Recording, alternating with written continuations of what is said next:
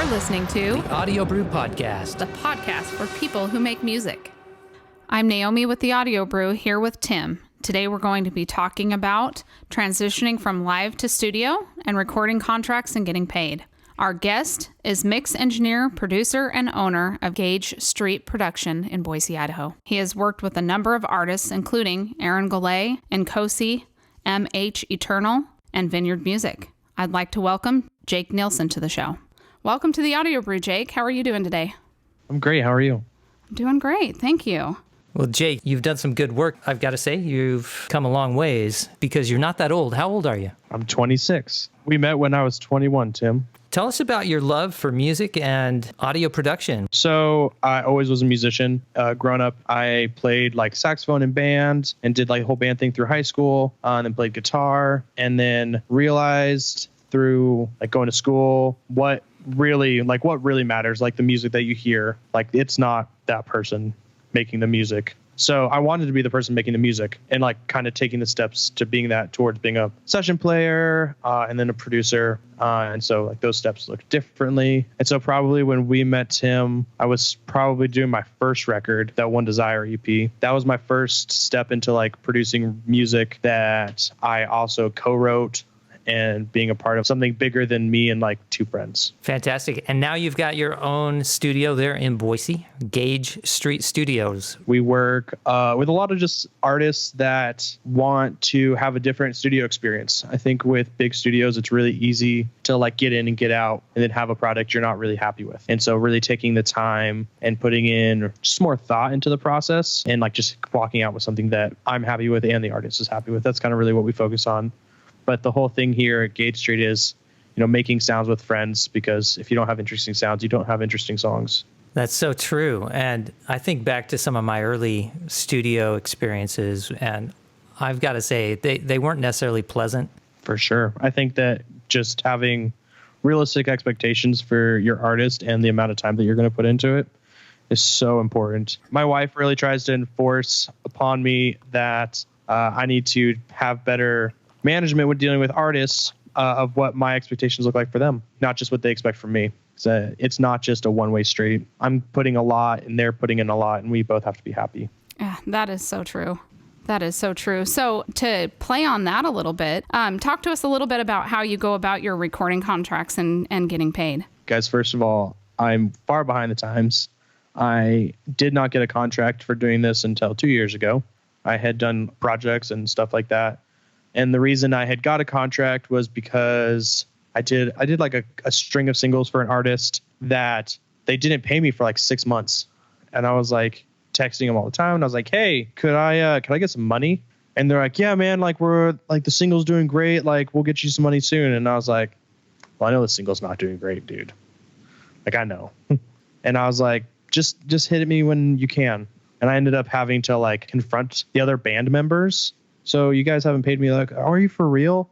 And then ended up getting stuff sorted by just not talking to the front person. So that was really funny. I have a friend in Boise that also runs a studio. It's called House Below. We work a lot together. Gage Street and House Below work a lot together. Like I'll do vocal stuff for him, like vocal tuning, and I'll track at his place and he'll send me stuff to work on.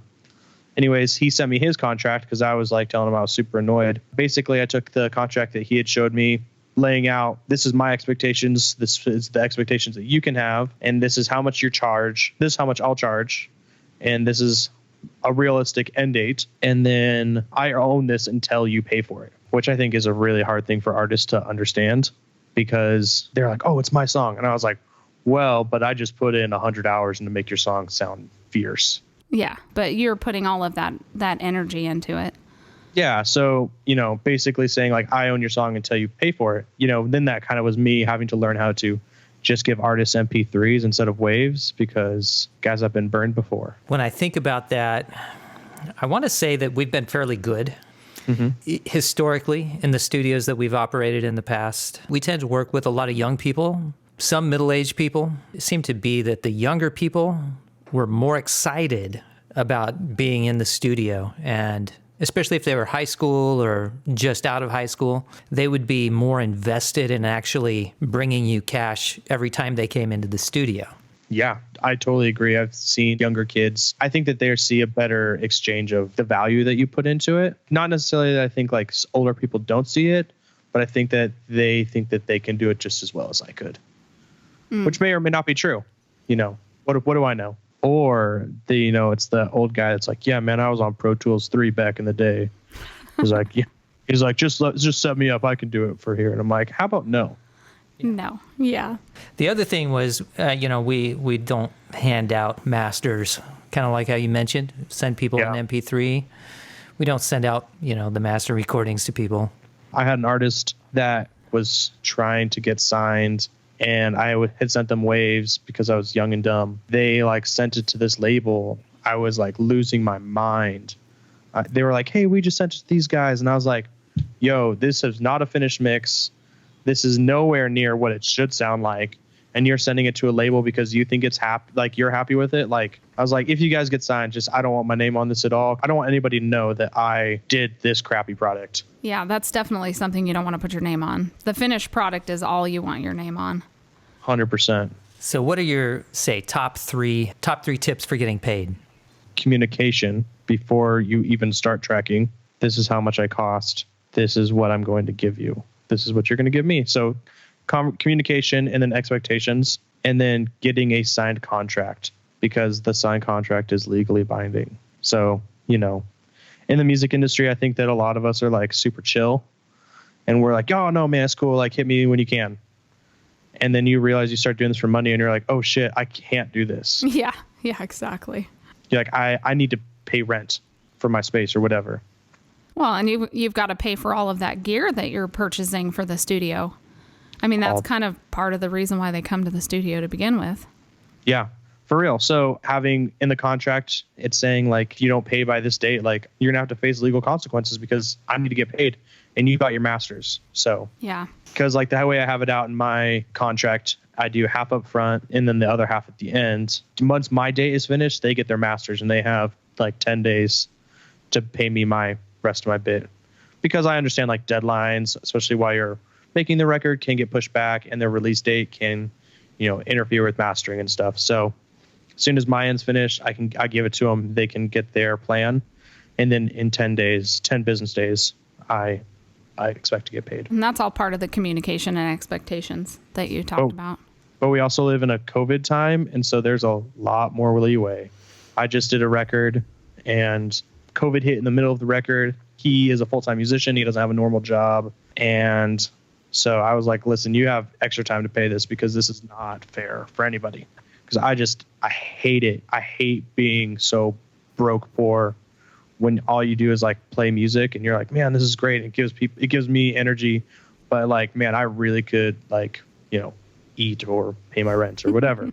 So trying to figure that kind of stuff out in a COVID situation is really interesting. The artists I'm working with right now, we kind of have had to figure that out together, with me, my studio, and then him as an artist being what my expectations are, what his were, and kind of how we're going to move forward getting paid, because money is so uncomfortable to talk about, guys. Oh, it is really uncomfortable. And everybody's just like, yo, man, just do it for the art. And you're like, but I do it for money. Yeah, I do my own for art. I do yours for money. Seriously. Yeah. No, it can't always be about the art, or none of the artists would eat ever. So when we were on the phone the other day, you talked about the transition from live to studio. Do you want to shed some light on that for us? Would this be a time to talk about MDing? You can. Sweet. We would love to hear about your MDing. For everyone out there that maybe isn't familiar with the term, give us a quick brief overview of MDing and what it is. Cool. MDing is musical director, and every touring band has one, whether they have a talkback or not, whether they're playing to tracks or not. Also, every touring band pretty much plays to tracks except for the Foo Fighters. Musical director just kind of helps everybody be on the same page, whether there are ups and downs between your sets. You tour a lot and you play, the same 15 songs every night. An MD can just kind of help curve that kind of stuff out. So The background that I came out of was MDing for big church bands, making sure that everybody is on the same page through transitions and quiet times, and being a little bit, I guess, free is the right word to use, to kind of go where you want to. Like if you want to build there, if you want to bring it down there, if you want to do a break. MD's job is basically to not only communicate where we're going, because on a typical set, the band should know where they're going, but to also know everybody else's part. Knowing the drummer, is usually like, this is where they're at in the kick, they're right on there, or like the snare. Knowing the keys part, knowing the bass part, and then knowing where the vocalist is going to be at. So that is all the MD's jobs, because if something feels wrong, then you need to check in. Hey, you missed this. Are you good? And as the tighter band you get, like those kind of things need to not happen as much. But when you are like an MD in a band of like rotating, whether they're like rotating hired guns or whatever, you need to, check in and make sure that your band is playing as tight as they can. So as an MD, you're basically a live producer. So yeah, being an MD is basically being a producer, just doing it live. You're telling people what to do in just split-second decisions. And so it was a really natural move, because I'd already been working in the studio as like a session player, doing like a lot of keys and guitar stuff. And it was just a really natural transition to move into that, of just telling other people what to do. I just have this innate sense to tell people what to do, and it's so wrong. That's kind of what a producer's job is, though. Moving into the studio was nice because I could take as long as I wanted to write the right parts, or to help musicians get to the right parts. Well, that's awesome. Yeah, there's a difference between knowing what needs to happen in a production sense and being able to communicate that in a manner that is effective. 100%. It's not just whether or not they understand you, but there's also that point of, well, I'm offended now because somebody just said I need to do something. There's always musicians that are like that as well. And so knowing how to approach different personality types and deal with people in specific ways, it's almost like it's a form of manipulation, but really all you're trying to do is bring out the best out of them. 100%. And that happens in the studio as well as live. Right. I mean, if you don't cultivate a safe place, like live or in the studio, then people can't give their best. Playing live, I played with some of my best friends when I was playing live a lot. Guys who I lived with, two of them, and then like regularly we would just like hang out and get beers, whatever. Like we're friends outside of this group. And so that's really where you become really tight with bands. That's how you get tight with anybody. You spend time with them. You begin to get better rapports, better hangs, and then communication. If you step on someone's toes, it becomes a lot less offensive. Yes.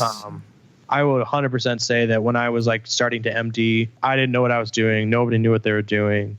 And I 100% hurt a lot of people's feelings. 100%. Yeah, I think at that point, when you're so young, people have maybe been playing for longer than you've been alive in some instances. And somebody comes in and is like, hey, you need to, if you're a keyboardist, you need to play less of these low notes. Stop it. That's where the bass player plays, right? Tim, are you saying that these are the words that I told you? No. It sounds like it, doesn't it? Did you tell me that? I'm really glad that we're going to bring this up, because I don't remember anything I told you. And I would feel bad if we talked about it, because I'm sure I was not nice. Yeah, we had played together a little bit on the stage, but I don't remember you giving me any real feedback. Maybe I blocked those memories. Yeah, just that whole Nord setup just really made me angry. Well, the whole Nord setup, I mean, in that scenario, most of what was being done was mostly just tinkering around on the uppers, staying away from the danger zone. I get it. Staying out of the danger zone, just trying to make things sound pretty. And you had that sweet Akai at the time too. Do you still have that? No, I gave that up. I went with the Native Instruments S61. I kind of missed the Akai. The Akai was good, but it wasn't as good as the S61. I only like the Akai because it was preset into Ableton. Mm. I didn't have to do anything. I just had to plug it in. It did everything for me. I know that you have a few mantras that you have been working on. Yeah. Just some core values. 100% have some core values in the studio. First one, your first idea is your best idea, if you can pull it off. A lot of time in our studio sessions, we just overthink and we overanalyze. It happens to musicians, it happens to mix engineers and producers. They fall into that or artist conundrum of just tweaking it because it'll never be perfect. To just kind of negate that possibility, I just kind of go with my first idea, like my gut reaction. And I think that's probably from doing all this live stuff and that live MDing was, my first thing is like the best deal. If I can pull it off, then we're going to do that. In my second mantra, if you can't do it 3 times, then you need to move on, which kind of is counterintuitive to my first one. But yeah, it is. And there's no explanation for it. I've had those guitarists in sessions. You know exactly. It's like some guy trying to play some shredder solo and you're like, dude, it's just not going to happen. Not going to, like, it's fine. You're going to be just okay. One more. And you're like, oh, you can just comp it together, right? And I was like, sure, I'll just comp it together. And it's really just me going back and playing their guitar solo. That's never happened before. What? There's no proof. Yeah, there is no proof, okay? But yeah, like I think that we spend a lot of time just hammering away the parts that we can't play. And that's not necessarily to any fault of our own. It's not because you're a bad musician or you don't have the chops for it.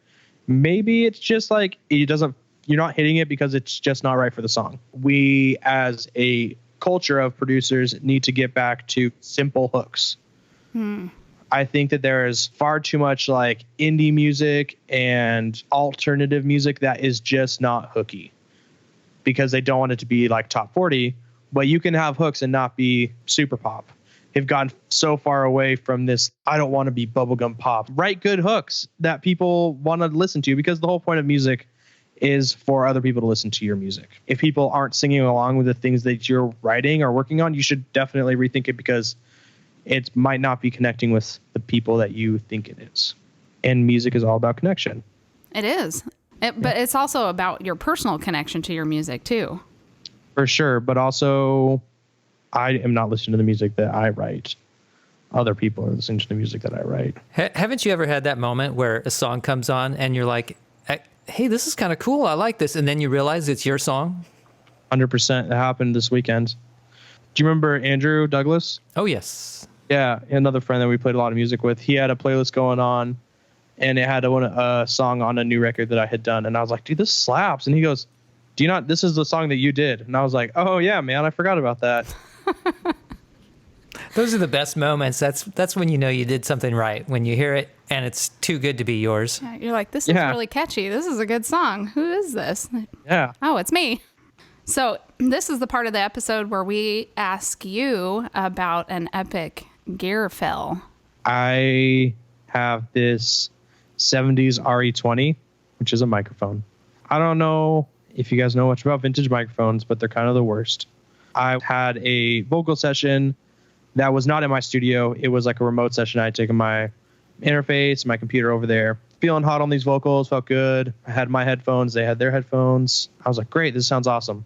And I get back to my studio, plugging my laptop into my system. Immediately was like, wow, this sounds awful. I don't know what's going on here. And I'm like trying to tweak it all and trying to figure it out. And I finally was like so upset. I opened up the microphone. All the foam had disintegrated and the capsule had come off and was rattling against the body. And so like whenever this vocalist would have a sympathetic sound, it would vibrate the microphone against the diaphragm. And it was just so horrendous. So horrendous, guys. And that's painful. I sat for probably 3 days with RX trying to fix it and got it to a place where I was like, this is going to be good enough. So I'm guessing you didn't catch it during the time of recording. We did not catch it while recording. I thought that the vocal sounded awesome and I was super pumped on it, and it turned out like garbage. Oh my gosh. That is very painful. Did the singer ever know about it? No idea. But now they do. Well, they do if they've listened to their Well, yeah, I doubt this. I doubt that artist listens to this. I'm going to send it to him now. You can tag him in it and be like, yo, I talked about you in this. I totally screwed up your vocals on this song. But it's fine. But I salvaged it. Yeah, it worked out. Because I'm an awesome engineer. Something like that. Yeah, let's talk a little bit about some gear. Oh, man. Yes. What kind of gear do you want to talk about? Let's talk about tape machines. I got a tape machine, guys, and it is so cool. I got like this older Sony tape machine with 3 heads, and put in some new Telefunken tubes into it. Well, new to me, Telefunken tubes in it. Cleaned all the heads, and basically I use it for stems. So 8 tracks of drums, throw it in the tape machine, and usually with the drums I'll do a parallel. So I'll just like compress it and make it sound like an eruption, and then add like a lot of slapback to it to make it sound huge. And then guitars, we're adding just warmth. We want just like a nice mid bump in it, because that's what the tape does. And so I do that on guitars. How do you like the tape compared to the emulations? Listen, I think that the emulations are probably better. I just like it because I think it adds some weird weight that I don't know how to explain it. It adds this weird weight. It makes things feel like heavier, which is probably like an EQ thing that's way over my head. But I think that it sounds cooler. There's definitely something to be said about a unique piece, a unique instrument, a unique vocalist, a unique guitar, a unique amp. Something that you can bring to a session that can't be replicated anywhere else. Totally. Do you have any other studio gear that's like your favorite, or even live gear? Yeah, I have this vintage telly that has been passed down from me from my grandfather to my dad to me, and it's a 73 telly. So we have like early CBS telly. My grandfather found it on the side of the road in New England, and it has the craziest pickup configuration on it. In the neck, it has a Guild humbucker. In the middle section, it has a 59 strap pickup in it. And then in the bridge, it has an original single coil. And it has a switch to bring the humbucker in and out of phase, so you can get really weird sounds with the humbucker. And then it's got just a normal pickup selection where you can do. So I've had that guitar for years, and I play it all the time. If somebody wanted to look you up and maybe look up your studio, Gage Street Studio, and see some examples or give some listens to some of the work that you've done, where would they do that?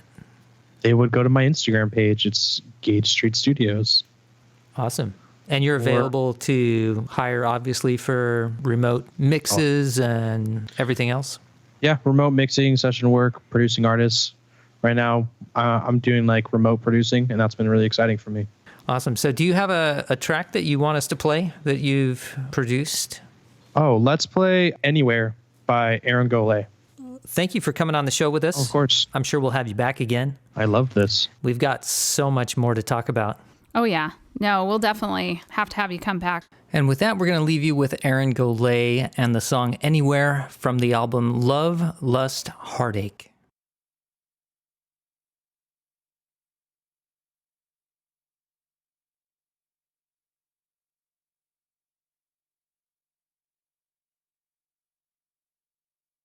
I get bent out of shape when you leave me alone. I get burned up inside when you tell me I'm wrong. It ain't no mystery. It's a love-hate sort of thing.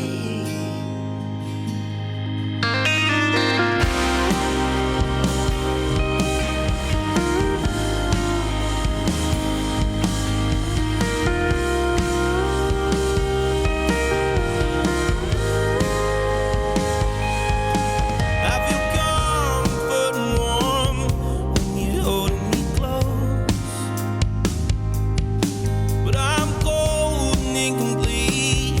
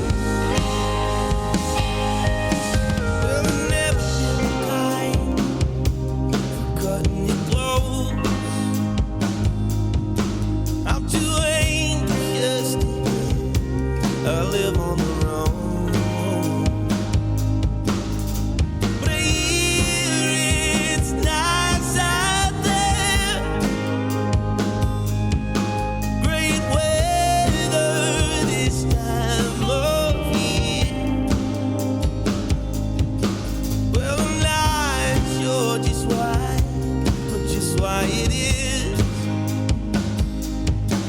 I feel stuck here in the place I live. Oh,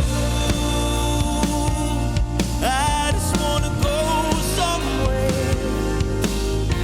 Oh, and it could be anywhere. Oh,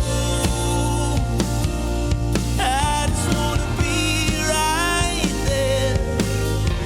Oh, and it could be anywhere.